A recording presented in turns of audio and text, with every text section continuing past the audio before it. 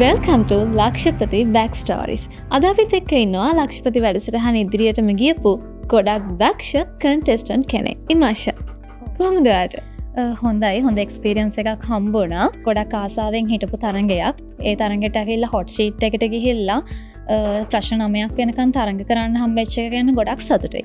දැන් ප්‍රෝග්‍රෑම් එක පටන් ගද්දිම ඉමාෂා පොඩ්ඩක් කන්ෆියුස් වෙලා හිටියේ. මොකද ඉතුනේ හොට් සීට් එකට ගියාට පස්සේ? හොට් සීට් එකට ගියාට පස්සේ ටිකක් වෙලා යනකම් තිබුණා ඒක. හැබැයි හොස්ට් එක කතා කරගෙන යනකොට, තරඟ කරගෙන යනකොට අපිම ඒක තර්ක කරනකොට අපේ තියෙන ටෙන්ෂන් එක අඩු වෙනවා. හරි. දැන් ඉමාෂාට හිතෙන්නේ නැද්ද අපරාධ කෝලර් ෆ්‍රෙන්ඩ් එකක් ගත්තේ? ඒකට හිතලා උත්තරේ දුන්නා නම් හරි වගේ එකක්. මට ඉස්සෙල්ලාම උත්තරේ ආවේ කියනකොට මට ක්ලික් වුණේ ඒ උත්තරේ. හැබැයි මට හිතුණා ඉතින් 9 වෙනි ප්‍රශ්නේ වගේ ප්‍රශ්නයකදී රිස්ක් එකක් ගන්න එක අපරාධ කියලා. ඒකයි මම කෝල් ෆ්‍රෙන්ඩ් ගත්තේ. ඇහෙන්න නැතුව හරි මොකක් හරි හේතුවක් හින්දා මට ඒකට හරි උත්තරේ ගන්න බැරි වුණා. ඉතින් කමක් නැහැ. ඉතින් එච්චර දුරට මම තරංග කරගෙන ගියානේ. එයාගේ අම්මට අද මොනවද හිතන්නේ නැද්ද? ඉන්න තැන ගැන.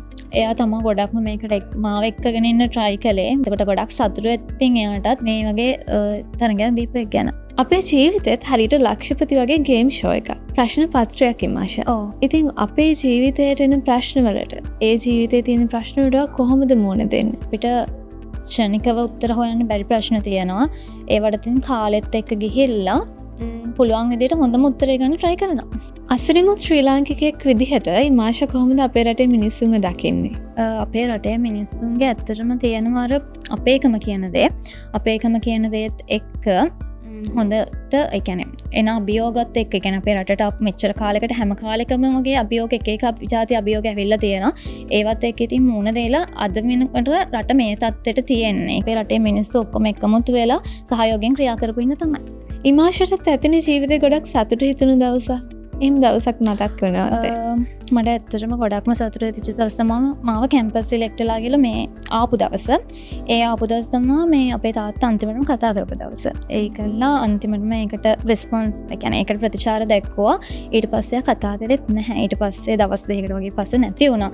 ඉතින් අර මට හරිම සතුටුයි. මොකද මට ඒ වෙලේ මම කැම්පස් සිලෙක්ට් වෙලා කියලා දැනගෙන එයාට ඒ සතුට මට දෙන්න පුළුවන් වුණා. එයා ගොඩාක් බලාපොරොත්තු තියාගෙන හිටියේ මම කැම්පස් එකකට යන්න ඒ දේවල් වෙනකම්.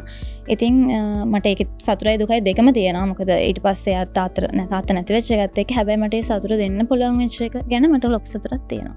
අපි පොඩි ගේම් එකක් කරමුද? හැබැයි මේ ගේම් එක ලක්ෂපති වලට වඩා පොඩ්ඩක් වෙනස් ගේම් එකක් ඉමාෂා. ඔයා ලෑස්තිද? ලෑස්ති. හරි ඉමාෂා අපි ඔයාට ලංකාවේ ඉන්න ඇක්ට්‍රස්ලා කීප දෙනෙක්ගේ නම් ටිකක් කියනවා. ඔයාට එතනින් ඔයා කැමති කෙනෙක්ව තෝරගන්න පුළුවන්. හරි. උදාරි වර්ණකුලසූරිය, දිනක්ෂි ප්‍රියසාද්. උදාරි වර්ණකුලසූරිය. උදාරි වර්ණකුලසූරිය, ශනුත්‍රි ප්‍රියසාද්. උදාරි වර්ණකුලසූරිය. උදාරි වර්ණකුලසූරිය, යුරේනි නොෂිකා. උදාරි. උදාරි වර්ණකුලසූරියද දිල්හානි ඒකනායකද? දිල්හානි ඒකනායක. දිල්හානි ඒකනායකද මාලනී ෆොන්සේකාද? මාලනී ෆොන්සේකා. ඇයි මාලනී ෆොන්සේකා මහත්මිය තෝරගත්තේ?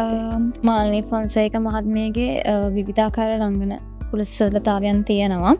ඒ වගේම චිත්‍රපට අධ්‍යක්ෂකවරියක් විදිහට වගේම ශක්තිමත් ගැහැණියක් ලෙසත් මම එයාව දකිනවා. මාලනී ෆොන්සේකා මහත්මියගේ ආසම ෆිල්ම් එක මොකක්ද ඔයාගේ? ආරාධනා ෆිල්ම් එකේ කැරක්ටර්. ඉතින් ඔයාගේ ඉදිරි වැඩ කටයුතු ඔක්කොම සාර්ථක වෙන්න කියලා අපි සුබ පතනවා ඉමාෂා. ඉතින් ඒ වගේම තමයි ඔයාටත් පුළුවන් ලක්ෂපති වැඩසටහනට එන්න මේ හොට් සීට් එකේ ෆීලිං එක ඒ විදිහටම අත්විඳ ගන්න. තවත් පරක් වෙන්න එපා. දැම්ම කතා කරන්න 77යි 88ට. ඉතින් අපි ආයෙම මේ වගේ තවත් අසිරිමත් ශ්‍රී ලාංකිකයෙක් එක්ක හම්බෙමු.